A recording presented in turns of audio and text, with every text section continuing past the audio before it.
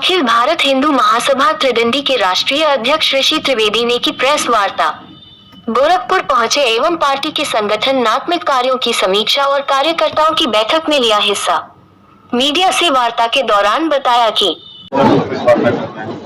अखिल भारत हिंदू महासभा त्रिदंडी की प्रथम वार्ता गोरखपुर में आयोजित हो रही है। इसका मुख्य कारण ये है कि हमारा देश हिंदू राष्ट्र हो। इसी को लेकर के आज कई दिनों से हम लोग यात्रा पर निकले हैं और आप बनारस से हम आजमगढ़ होते हुए यहाँ गोरखपुर पहुंचे हैं। क्या उद्देश्य है? हमारा देश हिंदू राष्ट्र हो। जो आरक्षण की स्थिति है हमारे देश में, जब आपके पास सरकार के पास पूरा डाटा क्लियर है कि हमारे देश में कितने गरीब है जिनको आप मुफ्त में राशन दे रहे हैं, उन्हीं को आरक्षण दे दीजिए तो जातगत आरक्षण समाप्त हो जाएगा और हिंदू संगठित होगा। जितनी भी राजनीतिक दल हैं ये जातगत आरक्षण को लेकर के लोगों को बांटने का काम कर रही हैं, ये गलत है। इसलिए हिंदू महासभा ने आह्वान किया कि जिनको मुफ्त राशन उन्हीं को दे आरक्षण। सबसे बड़ी बात है कि गरीब सवर्ण आज हैं और वह मानक के अंतर्गत राशन नहीं पा रहे हैं, तो किस मानक पे आपने कर दिया कि राशन आधार के आरक्षण होना चाहिए? नहीं, जैसे सरकार के पास एक डाटा है कि हमारे पास इतने गरीब हैं जिनको हम मुफ्त राशन दे रहे हैं। जो आप आईएएस पीसीएस को आरक्षण दे रहे हैं वो समाप्त करके जो मंत्री विधायक को आरक्षण दे रहे हैं उसको समाप्त करिए, वो गरीब को आरक्षण दे दिए। आर्थिक आधार से आरक्षण हो, ये जो जात का आरक्षण है ये तो समाप्त होना चाहिए। जैसे कि राशन उन्हीं को मिलेगा जिनकी आय 1 लाख से कम होगी।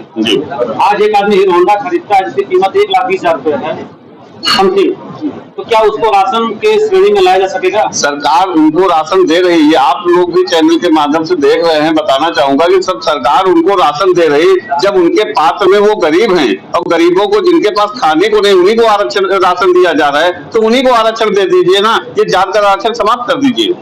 हिंदू राष्ट्र होने की बात हो रही है। सबसे पवित्र बालाजी का मंदिर था, यहाँ पे लड्डू का विवाद चल रहा है, सोशल मीडिया के तमाम खबरें आ रही हैं, इसके विषय में वहाँ पे आप देखिए कि 3 जगह 3 एजेंसियां लगी हुई हैं, वो चेक करती है उस मानक को। उसके बाद खुद लैब है बालाजी मंदिर का, वहाँ भी चेक होता है। उसके बाद जो रिपोर्ट आई है 14 कॉलम है उसमें, और 14 कॉलमों में ये दिया गया कि हो सकता है मछली का तेल हो सकता है, गाय की चर्बी हो सकती है, लेकिन पूर्णता प्रमाणित नहीं किया गया कहीं पे भी। और लास्ट में ये भी लिखा गया उस रिपोर्ट में कि हो सकता है ये रिपोर्ट गलत हो। लेकिन जो इतने न्यूज चैनल हैं सभी पर यह रिपोर्ट पूर्ण रूप से दिखाई जा रही है कि सत्य है। आखिर इसमें सत्य होने के बाद मैंने रिपोर्ट आप देखिए, रिपोर्ट में स्पष्ट लिखा है कि है नहीं हो सकता है और हो सकता में अंतर है। ये स्पष्ट है कि उन्होंने स्पष्ट रिपोर्ट नहीं दी। अभी जांच चल रही वहाँ पे। तो शंकराचार्य शुद्धिकरण क्यों करा रहे हैं? लोगों को गंगा जल क्यों पिला रहे हैं? वो शंकराचार्य हैं, उनका अपना कर्म है, अपना कर रहे हैं। लेकिन मैं इतना जरूर बताना चाहूंगा कि अभी वो चीज फाइनल नहीं हुई है, जांच के दायरे में है और जांच चल रही है उस पर।